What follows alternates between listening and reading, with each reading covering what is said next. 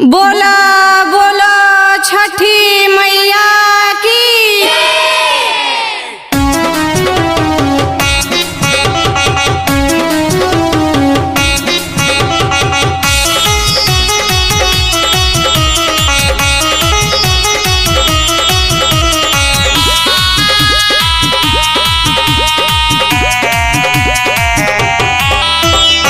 दौरा में फल फूल सजल हिनी जी, अम्मा के संग में लियल हिनी जी।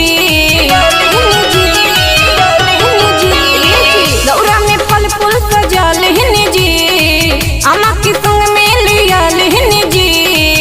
चली घाटी रौरा जल्दी माथे दौरा धली, चली घाटी रौरा जल्दी माथे दौरा धली।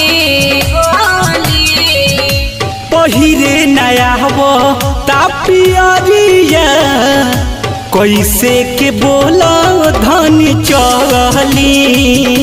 पहिरे नया हवो तापियरिया, कैसे के बोला धन चली।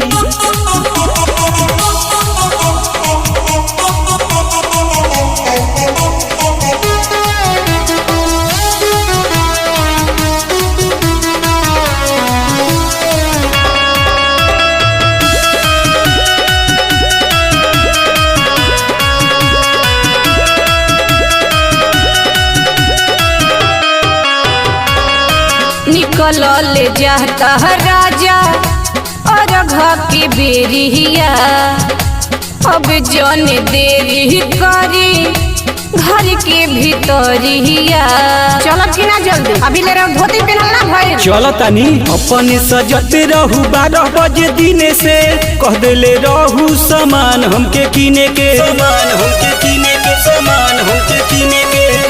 कभी की हो घाटी गोइल रो रो निकली, कभी की हो गोइल घाटी रो रो निकली।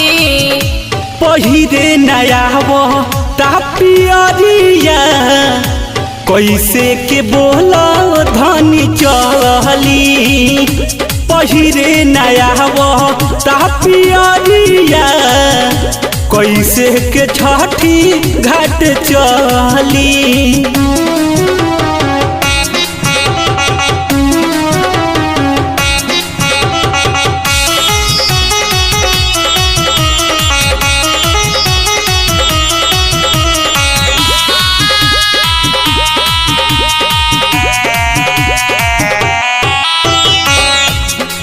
मोहने पर बिहवे छठ की बरतिया, संगही में दिहल जाई पहिला अरगिया। ए जी अब देर जन करी ना। सोहन अभय असो शामिल बारे छठ में, रुक धनी चल तनी 5 मिनट में, 5 मिनट में, 5 मिनट में।